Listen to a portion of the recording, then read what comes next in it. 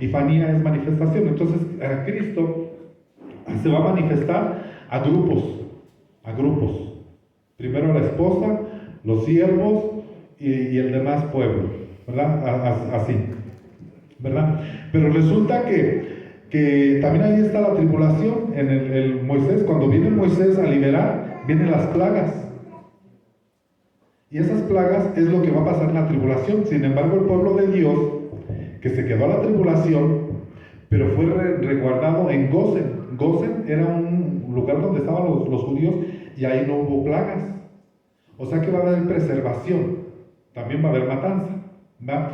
Porque dice que en la tribulación unos van a ser sellados para que no los puedan tocar, pero a otros sí los van a degollar, a la mayoría, a los que se quedaron a la tribulación. Dice que a lavar las ropas que no lavaron hoy. O sea que si usted lava sus ropas hoy, espirituales, si el Señor viene, si usted las lava ahorita y el Señor viene al ratito, usted se va. Pero si sus ropas están sucias, usted se queda a lavarlas en la lavandería de la tribulación. Las va a lavar con sangre, cuello, ¿no? Sí, entonces, porque estamos hablando de los grupos que se quedan en la tribulación y a la gran tribulación. O sea, unos se van y otros se quedan. Ahora, otra figura. La figura es la de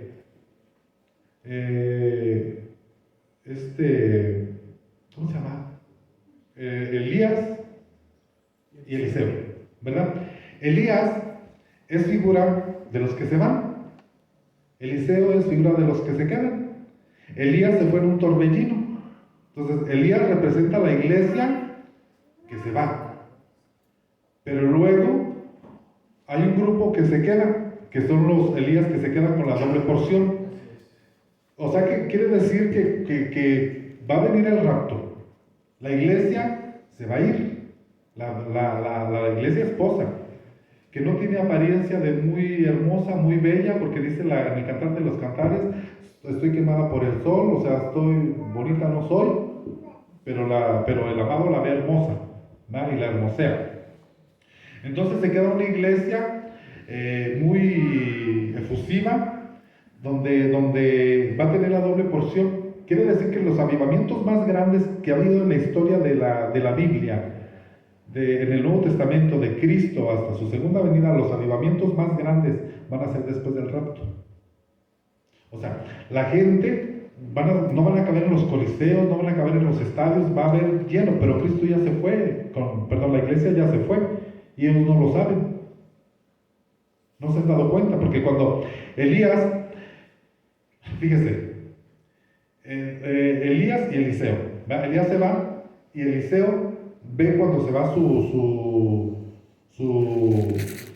maestro, su señor, pero había otros profetas, y los profetas le dijeron, pues nosotros sabíamos que se iba a ir, así es, pero a mí se me hace que no se ha ido, vamos a buscarlo. O sea, tenían el conocimiento, pero no creían que se había ido. Eso va a pasar exactamente lo mismo al final. O sea, va a ser el rapto de la iglesia, va a ser llevada, pero va a haber grupos de gentes que van a decir, ay, no es cierto eso de, no se fueron. O sea, todavía ni es el rapto, aquí andan, ¿verdad? Pero bueno, va a ser de esa forma, pero lo que me interesa es que usted vea de los que se quedan, Elías y Eliseo se quedan. Vamos a leer, a ver.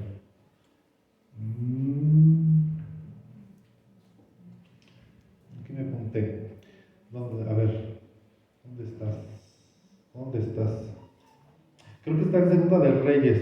A ver, ayúdame a buscar dónde Elías y Eliseo se van. Ahí, ¿dónde estás? Moisés, las plagas, Moisés, Gosen,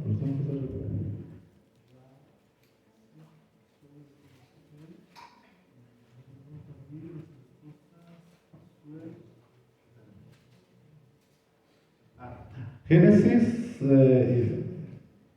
capítulo, Segunda de Reyes 2:24. Segunda de Reyes. Mire usted que le digo que no hay casualidades en la Biblia. Dice que todo lo que se escribió en la Biblia es sombra y figura de lo que había de pasar. Entonces, si usted lee las historias del Antiguo Testamento, desde el punto de vista Cristo, la iglesia, el diablo, el Espíritu Santo y etcétera, los ministerios, usted va a sacar una infinidad de detalles del plan perfecto de Dios y se va a dar cuenta que no hay casualidades y no es casualidad todo lo que quedó escrito, no es casualidad.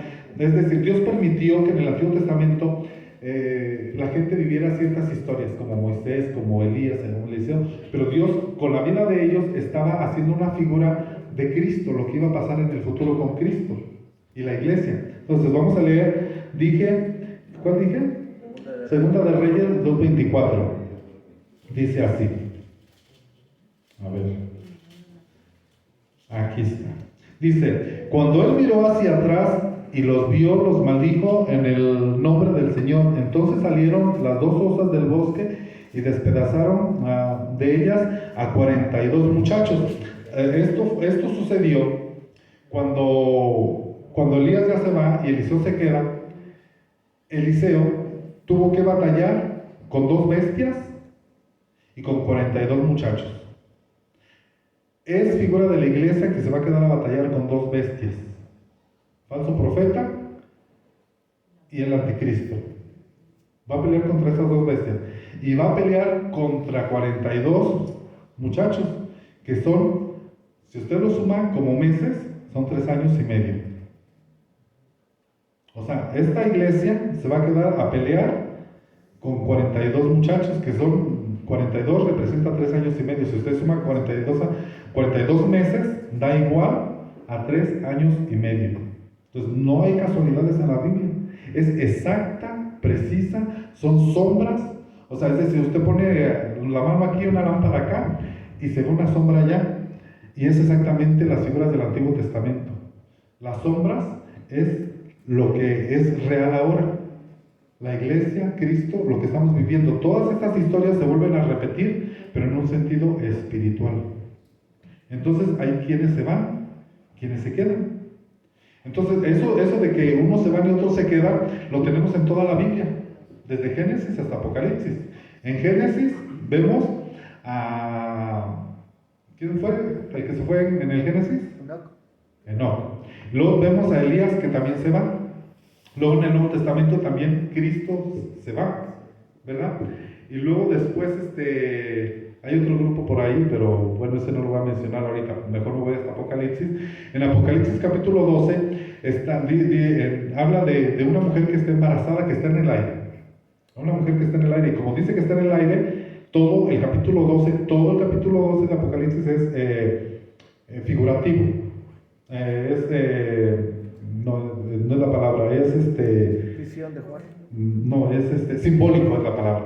Todo Apocalipsis capítulo 12 es simbólico, porque la mujer está en el aire y dice que está en cintura, es decir, está embarazada. Esta mujer representa a todos los salvos, ¿verdad? Pero dice que está por dar a luz un hijo varón. Este hijo varón es la iglesia que se va, y se va antes de los dolores de parto. El diablo no se dio cuenta de que se fue. O sea, el diablo estaba atento cuándo iba a hacer eso, y en un parpadeo el diablo le hizo así, y ya se había ido. Ni supo a qué horas. Pero dice que él tomó venganza contra los demás que se quedaron. O sea, esa es la tribulación. Exactamente la tribulación. Entonces, unos se van y otros se quedan. Ni todos se van, ni todos se quedan. Pero sí la mayoría se queda. Ahora, yo lo veo como que, no sé si asustado o ¿verdad? Pero es que tengo más figuras. Miren. Tengo más figuras, por ejemplo, para hablarles de la tribulación y de la gran tribulación. Tenemos, por ejemplo, otra figura interesante es cuando Josué va a ir a conquistar Canaán, ¿verdad? Y llegan con la primera ciudad.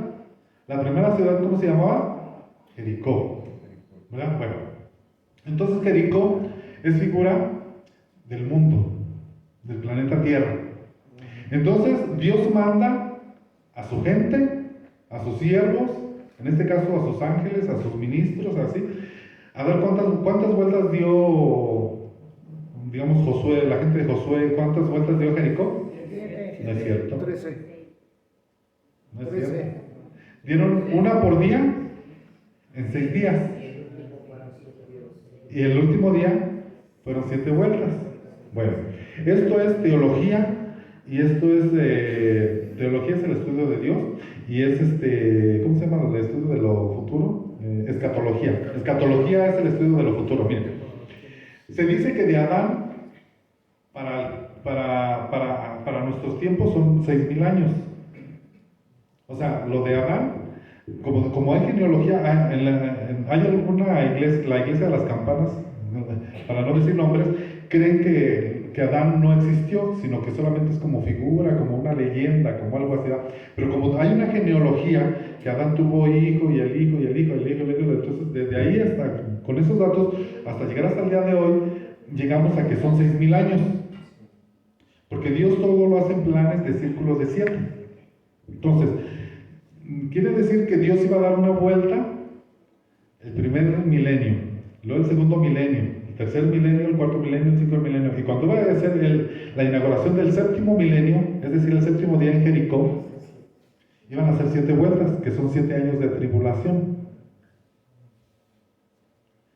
Y resulta que lo único que se salvó de la tierra de Jericó, que es el mundo, fue la casa de Ra y todos los que estaban adentro. Esos son los salvos.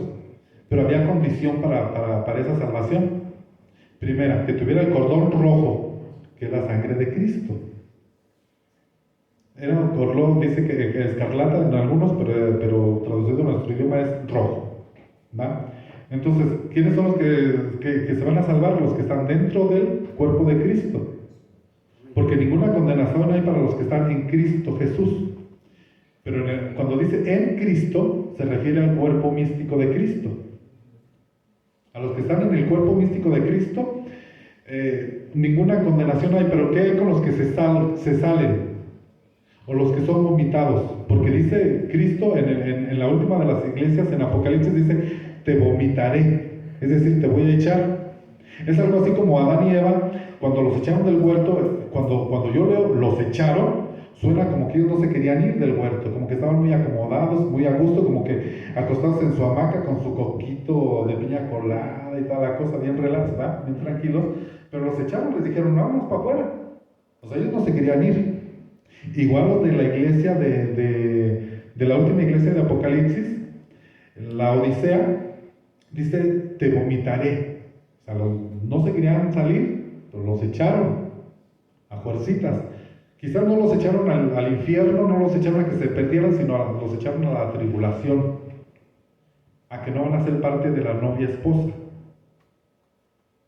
¿verdad? Los echaron de esa parte donde ya no van a ser salvos, pero en la tribulación, que son los creídos que se creen que lo tienen todo.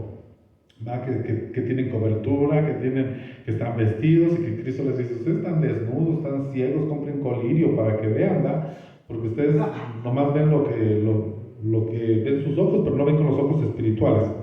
Entonces, ahí tenemos a Rebequita, ahí está también la tribulación.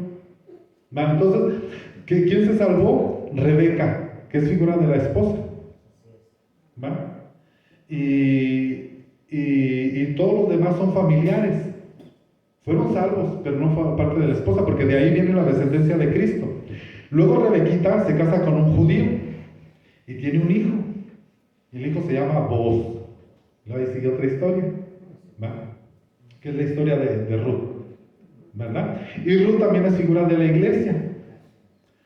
Pero cuando nosotros leemos que Ruth fue a espigar, dice que también había otras criadas espigando en el campo de Ruth. El campo de Booz es donde todos espigan en el campo de Booz. ¿Va? Entonces, Booz ve a Ruth y era una maldita, porque nosotros pertenecíamos a una entidad espiritualmente maldecida, maldita. Nosotros éramos malditos porque no éramos del pueblo de Dios, pero Dios nos redime, como redimió a Ruth, pero Ruth le tuvo que decir a Booz, redímeme, es decir, cásate conmigo. O sea que usted le tiene que decir a Cristo, para que usted se pueda casar con Cristo, tiene que decir, cásate conmigo. Oye, ahorita cantamos una canción que decía, yo te busco busco, que yo te amo, yo te anhelo, yo te adoro, ¿verdad? Entonces, Dios sabe que usted lo ama, pero quiere escuchar que usted ama a Dios.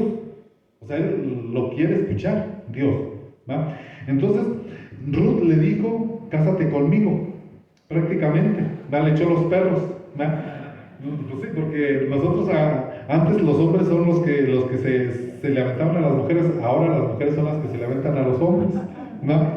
Pero resulta que esta mujer así era, le dijo, cásate conmigo, ¿va? Prácticamente, redímeme. Pero resulta que había otras criadas que también espigaban. Estas criadas representan las otras iglesias, pero que no son esposas. Pero que esta mujer fue guiada por su suegra, Noemí, ¿verdad? Y Noemí es figura del Espíritu Santo que le dice qué es lo que tienes que hacer para que te puedas casar con vos. Uno de los requisitos que le dijo, ¿sabes qué? Ve a su alcoba, o sea que usted tiene que entrar a su alcoba de Cristo en oración, estar en intimidad con Cristo, pero no ponerse a la par, porque la va a tomar como prostituta, porque ahorita vamos a hablar de la prostituta, que es otra iglesia, ¿verdad? Dice, ponte a los pies. La iglesia que se va a casar con Cristo siempre está a los pies de Cristo. La prostituta es una que se hace pasar por la verdadera, pero que es falsa, y que está en Apocalipsis, y que ahorita vamos a leer algo de eso, ¿verdad? Pero que esta, como es falsa, también se va a casar, pero ¿con quién cree que se va a casar? Con el falso. Y tiene características, la falsa, ¿verdad? Pero antes de irme a esa falsa, lo que quiero hacer énfasis es que había otras mujeres junto con Noemí, que también son iglesias, pero que no eran novia, ¿verdad? Lo mismo pasa con la misma sombra, pasa con la otra. En la Biblia nomás hay dos nombres de dos mujeres que tienen un libro con el nombre de ellas, Esther.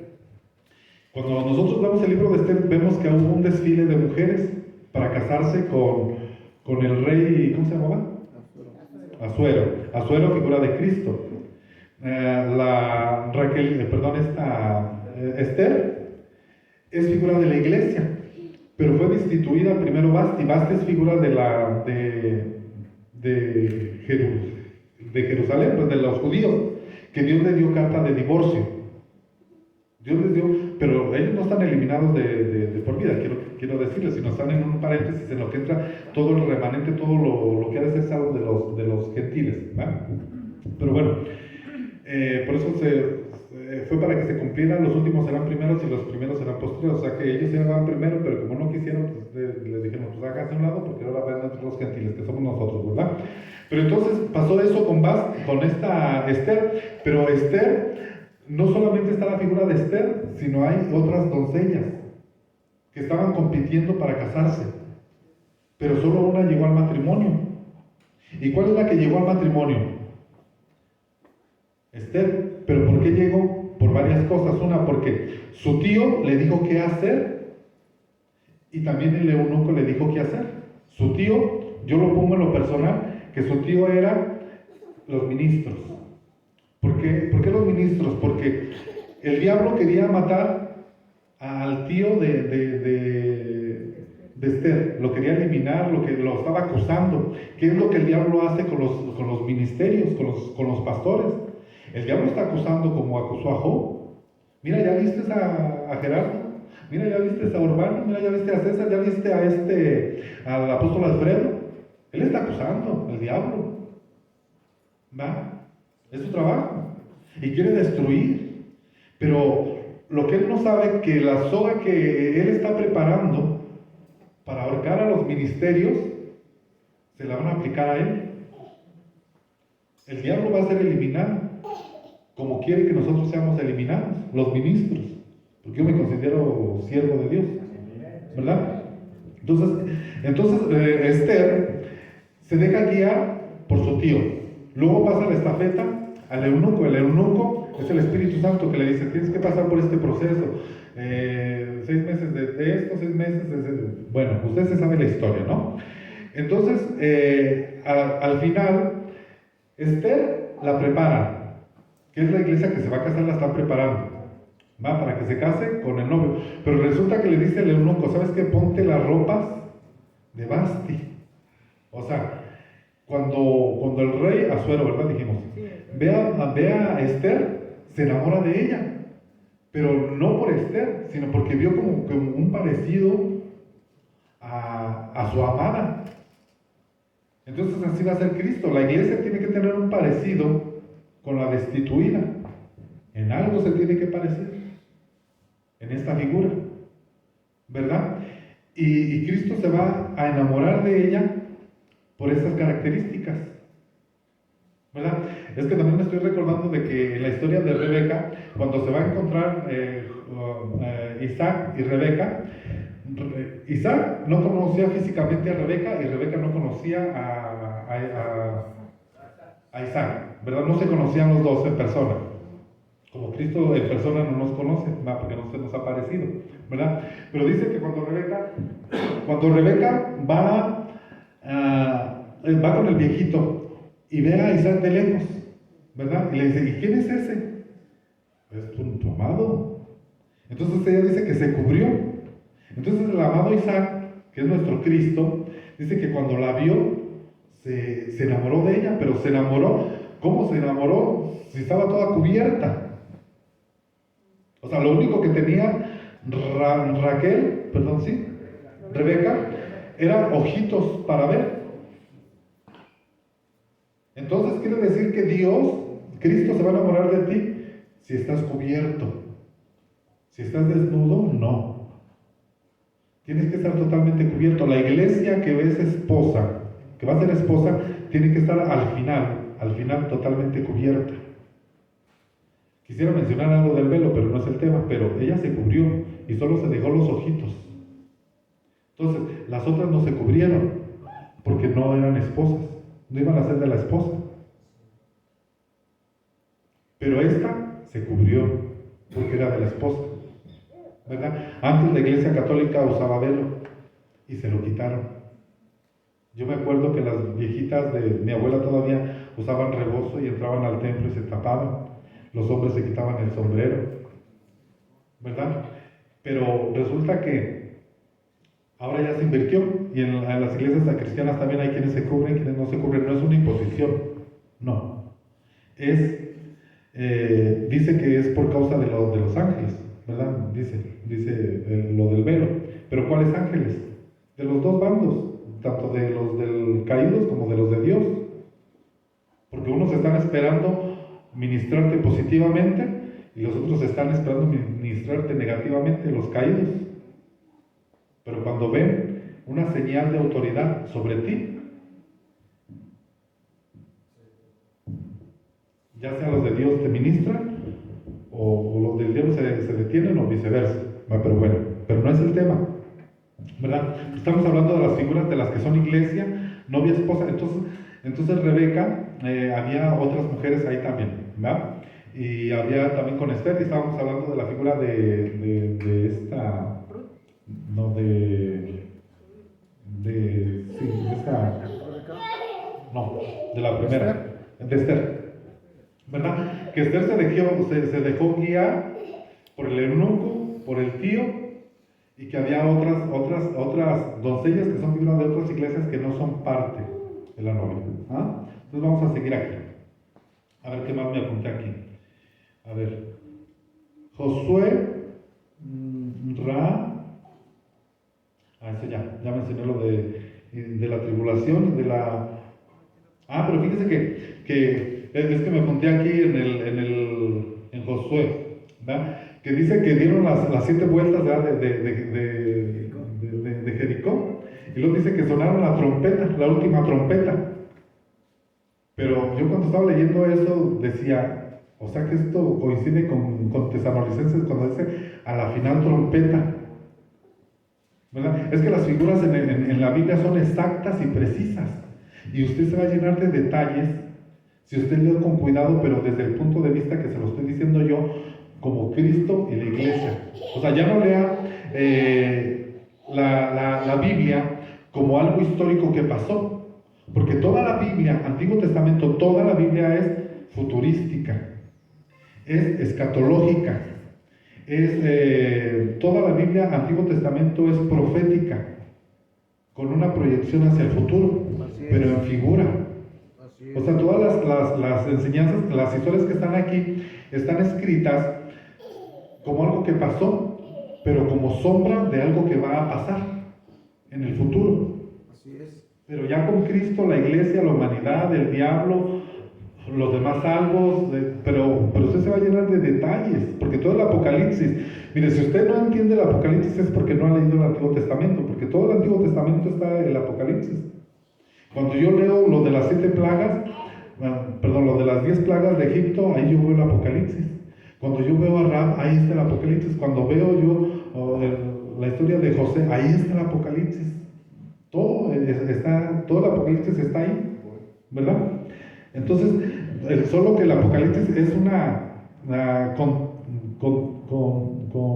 sé qué palabra usar, pero que se concentra, comprime, la palabra es comprimir, está todo comprimido, todo lo del Antiguo Testamento, está comprimido el Apocalipsis, pero que usted lo va a entender si lee las historias desde este punto de vista, y con lujo de detalles. Lo más bonito de una casa, o sea, uno puede construir una casa con puros ladrillos así rústica, y puede que se vea bien, pero ya cuando le pone detalles, una luz aquí, otro aquí, se mira más bonita. Así es la doctrina. Cuando usted le busca los detalles y ve los detalles, se va adornando, usted va entendiendo, se le va abriendo el panorama, va entendiendo un poco más, y usted se enamora más